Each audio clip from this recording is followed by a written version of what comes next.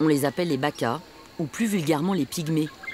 Un peuple indigène d'Afrique centrale qui a toujours vécu de la chasse et de la cueillette dans les forêts tropicales. Des forêts qui, au fil des années, sont devenues l'or vert des pays du bassin du Congo et la bonne conscience écologique des Occidentaux. Ici, au sud-est du Cameroun, des sociétés d'exploitation forestière ont fait main basse sur des milliers d'hectares de forêt. Les bois précieux ont condamné bon nombre de tribus Baka à se sédentariser et vivre en bord de route, loin de leurs forêts nourricières.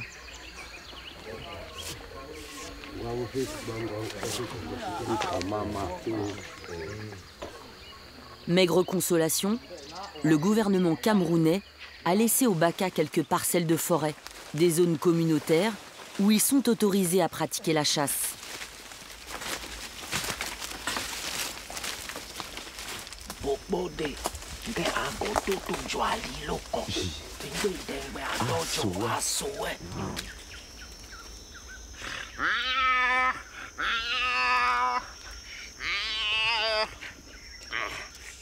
Les techniques viennent de la nuit des temps, mais elles ne servent plus à grand-chose.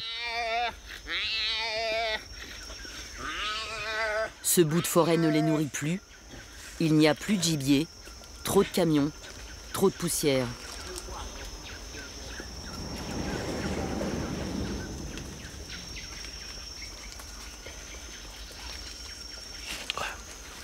En saison sèche, le peuple Baka se nourrit encore plus difficilement que d'ordinaire.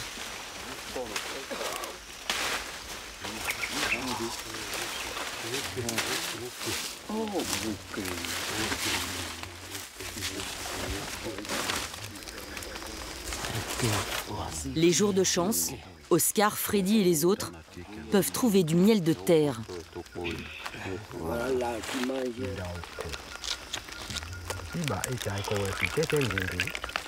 À côté du village. Là-bas, à côté du village, tous les arbres ont été abattus. Il n'y a plus de miel. Les abeilles, maintenant, elles viennent ici en forêt. Alors on ne peut plus espérer trouver du miel près des villages. Il n'y a plus.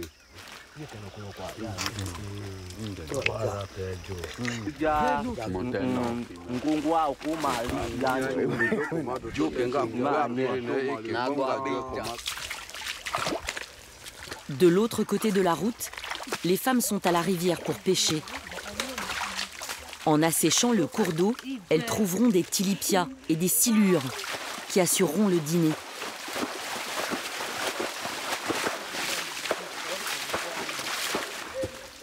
Le terrain de chasse de cette petite tribu pourrait être immense. Mais voilà, nous sommes ici en lisière du parc national de Lobeke, une aire protégée et surveillée par des écogardes. Pour eux, les Baka sont tous des braconniers. Les petits hommes de la forêt en ont peur, alors ils restent dans leur village, au bord des routes. Il n'y a pas de recensement, ils n'ont pas de papier, il n'y a pas de statistiques. Nul ne sait combien ils sont encore à vivoter entre latérite et forêt interdite, combien meurent chaque année pour que les éléphants et les gorilles du parc puissent, eux, vivre tranquillement.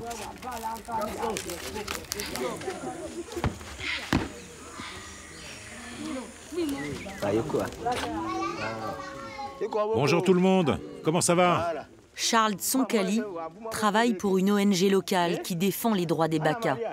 Des droits inexistants, ou presque.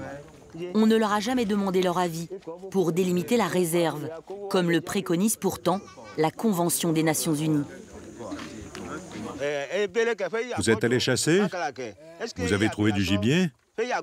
Est-ce que vous arrivez encore à en trouver à proximité? Pour trouver du gibier, il faut aller plus loin. Ici, aux alentours, il y a trop d'activités. Et puis, c'est surveillé. Vous avez vu des écogardes? Et est-ce que vous savez pour qui ils travaillent? Les écogardes travaillent pour le gouvernement, le ministère des Forêts. Ils font leur travail dans le parc. Mais nous, on ne comprend pas où est la limite de chasse autorisée. Quand les éco-gardes nous trouvent dans la forêt, ils nous arrêtent. Et quand nous pensons être dans la forêt communautaire, où on devrait avoir le droit de chasser, ils nous arrêtent encore pour braconnage. En fait, nous, la population Baka, on n'arrive pas à distinguer les limites du parc, où on peut chasser et où on ne peut pas. Il faut vraiment repousser les limites de la forêt communautaire. Les Baka doivent pouvoir entrer plus au cœur de la forêt, parce que c'est dans les réserves qu'ils peuvent chasser le gibier et trouver ce dont ils ont besoin, comme les plantes médicinales avec lesquelles ils se soignent. Pendant la saison sèche, c'est difficile pour les Baka de rester au village et de ne pas être en forêt comme ils devraient y être. Ils restent au milieu de toute cette poussière et beaucoup tombent malades. Rester ici en saison sèche, ça les tue. Ils n'ont pas accès à ce dont ils ont besoin dans la forêt. Avec ses 13 parcs nationaux et réserves, couvrant une superficie de 2 millions d'hectares, le Cameroun est le poumon vert des pays du bassin du Congo. Le parc de Lobeke est un joyau de la protection de la nature. 50 espèces de mammifères, des centaines d'espèces d'oiseaux, des milliers d'insectes à répertorier et des troupeaux de camions grumiers. En revanche, plus un homme.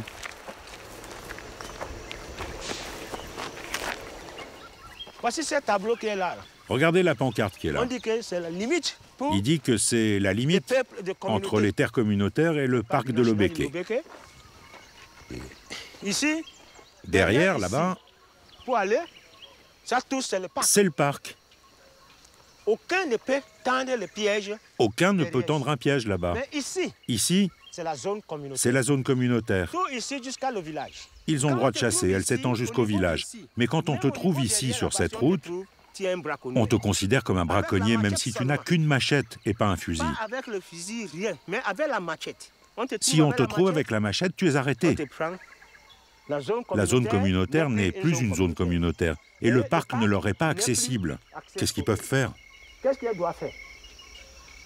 Ce qui se passe, c'est que quand on rentre chez nous, avec du gibier qu'on a récupéré dans nos pièges, et qu'on croise des éco-gardes sur cette route, alors ils prennent notre gibier, ils nous arrêtent, ils nous tabassent. Présentez, âme, reposez, âme. Voilà. Nous allons procéder à une petite patrouille mobile au lieu du pont cassé. Donc, au cas où vous venez à rencontrer les braconniers, vous avez intérêt, n'est-ce pas, à leur signifier l'infraction, le mobile de leur interpellation. N'oubliez jamais de leur rappeler leurs droits.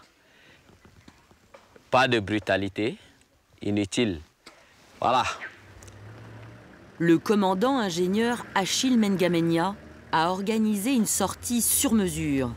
Le suivi d'une mission de surveillance avec ses éco-gardes, ces hommes que les Baka redoutent tant. Ces fonctionnaires du ministère des Forêts sont tous armés. Nécessité vitale, à les en croire. Les braconniers peuvent être très dangereux et il faut absolument préserver la biodiversité, y compris par la force.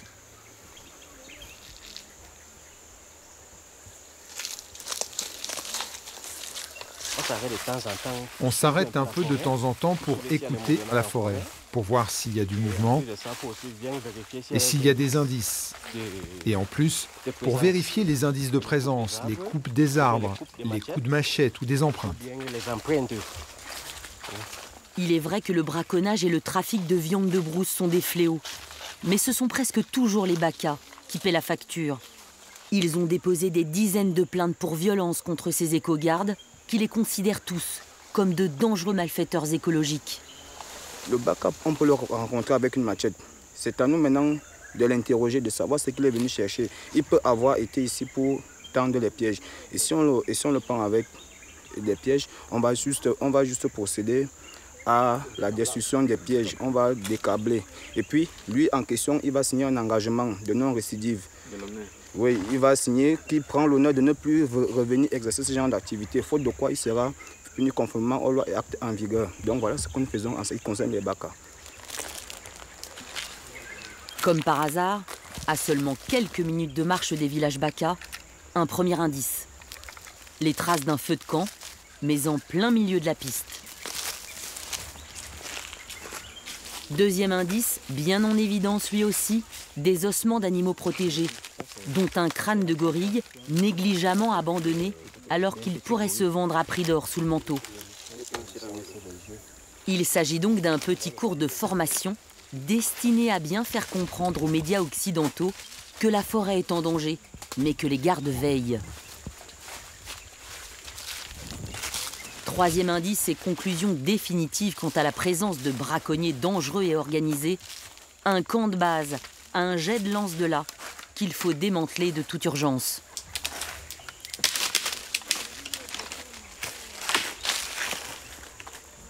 Quand c'est comme ça, là, quand on voit un campement abandonné, pour les décourager qu'ils ne viennent plus, on casse le campement et s'il y a reste, on brûle. Mais ils, c'est qui pour vous là, vous savez? Non. Ça peut être des Baka? Ça peut être les Baka, ça peut être n'importe qui. Ils n'ont rien contre les Baka. Et d'ailleurs juré, s'ils en avaient surpris dans ce campement, ils n'auraient pas fait usage de la force.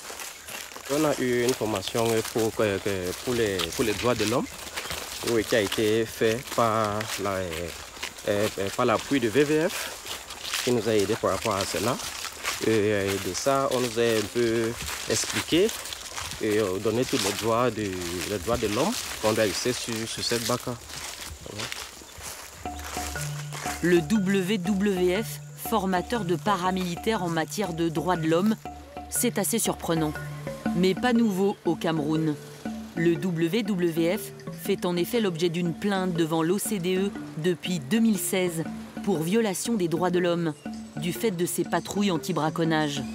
À l'origine de cette plainte, une autre ONG, Survival International, qui défend les droits des peuples autochtones. Des millions d'euros de dons affluent dans les poches du gentil panda, qui a son siège pour l'Afrique de l'Ouest dans ce beau quartier de la capitale camerounaise. Mais à propos de ces programmes de préservation animale qui excluent les Baka des forêts, l'organisation a un peu de mal à se justifier.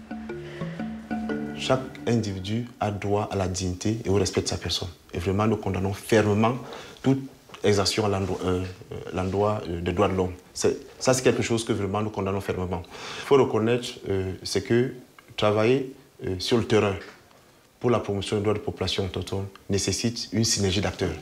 Et notre rôle en tant que VVF, c'est comment renforcer le dialogue, d'abord avec ces communautés elles-mêmes et avec d'autres acteurs. Est-ce que vous y arrivez concrètement? C'est un défi permanent, avoir le consentement des communautés, avoir la synergie des autres acteurs. Chaque jour, nous travaillons en cela et nous nouons les partenariats au fur et à mesure. C'est vraiment un défi permanent et nous sommes conscients qu'un seul acteur à lui seul ne peut pas être capable de pouvoir apporter des réponses à ces questions de développement que rencontrent ces communautés. La langue de bois n'est pas la langue de la forêt. L'ONG au Panda n'en dira pas plus sur ses programmes de protection des Baka. Loin de Yaoundé, à Mbouda, à la lisière du parc national de Nki, d'autres Baka survivent tant bien que mal. Charles connaît bien cette tribu. Il vient souvent la voir au titre de son ONG, qui transmet leurs plaintes contre le WWF et qui leur distribue parfois aussi un peu d'aide. Il est surtout leur porte-parole. Bon, si vous êtes d'accord, demain, nous, on aimerait bien vous accompagner en forêt et puis vous voir chasser. Il ne faudrait pas que ça nous crée trop de problèmes. Parce que la forêt, c'est un parc national maintenant. Et on ne peut plus trop y circuler librement. C'est devenu dangereux pour nous. Charles veut démontrer que les peuples autochtones chasseurs-cueilleurs ne sont pas une menace pour les animaux. Les Baka partagent la forêt avec eux depuis des millénaires. Ils ne s'attaquent pas aux espèces menacées, Et leur empreinte écologique est quasiment nulle, comparée à celle des gangs de braconniers surarmés.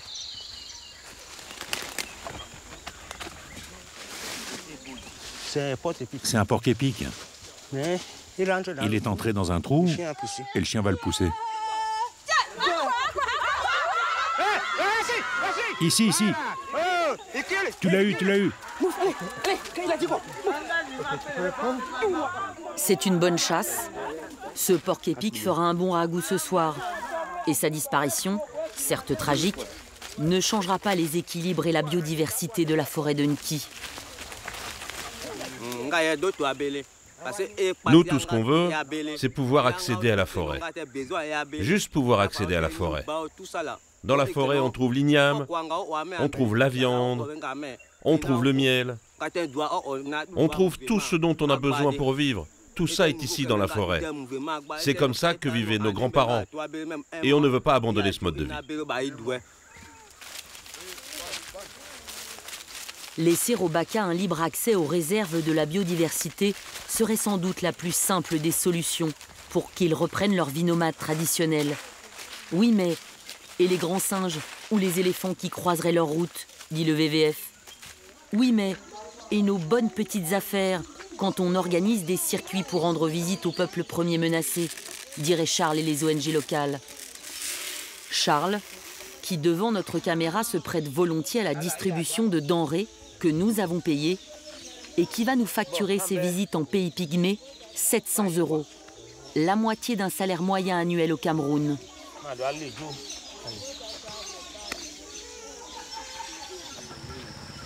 On va passer les matériels après les motos. Il va y avoir 5 motos.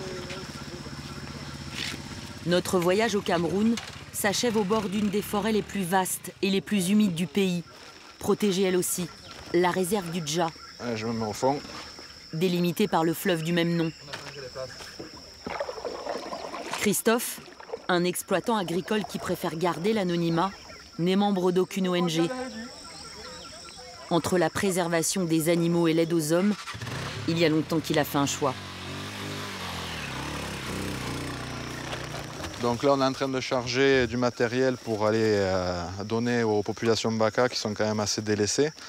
C'est du riz, hélas un peu d'alcool, du tabac, des cigarettes, de la tomate pour la cuisine, du sucre et le savon, qui est vraiment très nécessaire. Quelque part, c'est ce qui leur permet d'améliorer le quotidien, étant donné qu'en ce moment, c'est la saison sèche, la nourriture est très dure à trouver, donc c'est vraiment le minimum vital. Surtout le riz, c'est la base de l'alimentation, quoi. Voilà, donc là, c'est l'arrimage des marchandises pour que ça tienne sur la moto. La piste est assez chaotique, donc il va falloir que ça tienne. Voilà, donc là, je laisse faire les spécialistes. C'est vraiment eux qui maîtrisent l'art de la tâche avec les chambres à air. On est prêt? C'est chargé? Allez, hop, c'est parti. Une petite heure de moto-brousse. Au Cameroun, certains villages Baka sont implantés au cœur même des réserves. Là où la chasse n'est pas autorisée. Bonjour. Christophe connaît très bien la région et les dérives des organisations non gouvernementales, trop souvent complètement à côté de la plaque, inadaptées aux réalités locales. Ça, c'est l'école d'un Colombembe? C'est ici? Ouais, c'est ici, Michel.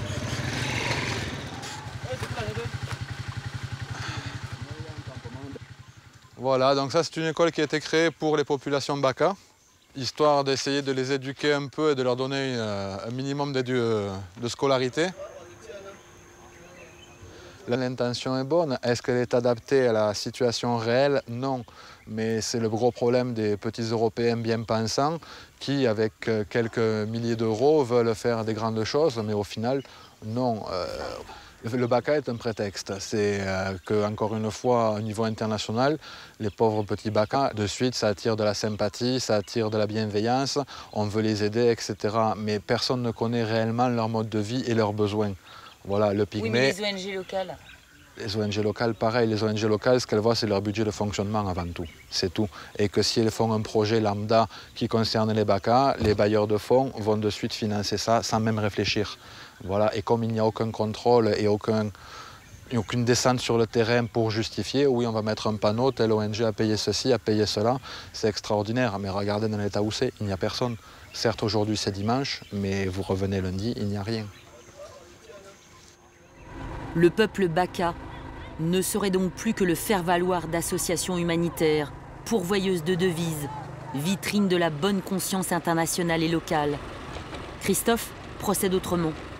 Pour aider les Baka, il sait qu'il faut d'abord s'allier avec leurs voisins plus puissants. Majesté, Ambolo, bonne année. Les Bantous, comprenez les grands hommes, les villageois voisins des Baka. Eux ne parlent ni langue de bois ni langue de la forêt, mais la langue de la franchise. Majesté, c'est pour le dérangement. Merci beaucoup. Je sais qu'ici, les Baka sont un mal nécessaire, mais pour nous, ils sont nécessaires puisque nous vivons grâce aux dons qui leur sont offerts. Des dons qui sont offerts par qui? Les ONG. Disons les ONG qui viennent là pour faire leur travail. Pour dire qu'ils travaillent pour les pygmées, ils leur font du bien, mais ces biens-là, on ne voit pas. Ils sont utilisés afin qu'ils aient de l'argent, afin que nous ayons de l'argent. Ça, c'est une vérité. Par exemple, nous avons le centre de santé, là, il y a des stocks de médicaments qui sortent, qui entrent. On dit que ce sont les stocks de médicaments des Baka, mais nous, les populations riveraines, c'est nous qui profitons pour ça. Eux-mêmes, ils se soignent en forêt. Ils ont des plantes médicinales, les écorces. Avant, ils étaient là. Aujourd'hui, ils sont là. Demain, la communauté internationale va chercher à ce qu'ils ne puissent pas disparaître.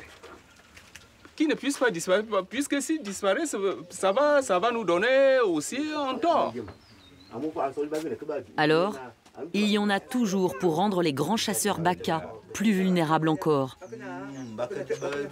Je dis que chez le Baka, j'amène l'arme. J'ai besoin de l'argent. J'amène l'arme, je lui donne les cartouches. Il part en brousse là. Il me tue un gibier, je vends ce gibier, je m'approprie de l'argent qui sort de la vente de ce gibier. C'est tout ce qui se passe. Même tout le monde. Il n'y a pas d'exception.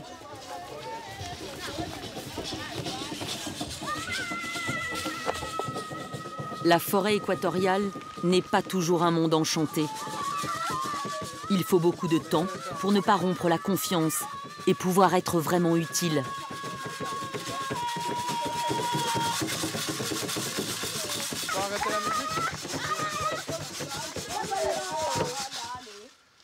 Aki Baboui. Aki Baboui. Il y a le vin pour la tradition. Oui. Il y a la tomate pour aider la cuisine. Comme ça, la marmite et le riz aura bon goût. Posez le riz, Michel. Il y a le gros sac de riz, c'est pour tout le monde. Hein. Je ne veux pas qu'il y ait la dispute après. Hein. OK? C'est pour tout le monde. C'est le 25 kilos, c'est le gros paquet. Hop. C'est beaucoup, non? Les savons pour les enfants, pour laver et pour le linge. Comme ça, les enfants seront propres et n'auront pas la maladie. Oui. 25 kilos de riz, c'est beaucoup, mais c'est peu. Tout juste suffisant pour la semaine à venir. Et les Baka savent bien que les autres grands hommes ne viendront pas de sitôt pour les aider. Ils profitent chez nous. Et quant à nous, on n'a rien. Et voici pour les enfants. À quelques heures d'avion d'ici, de riches occidentaux achètent des permis pour abattre des grands fauves dans des zones de chasse sportive. Il faut que ça dure un peu, que tout le monde en ait, d'accord? Ici, au bord du fleuve Dja, un peuple asservi est loin d'en avoir fini avec la terreur verte.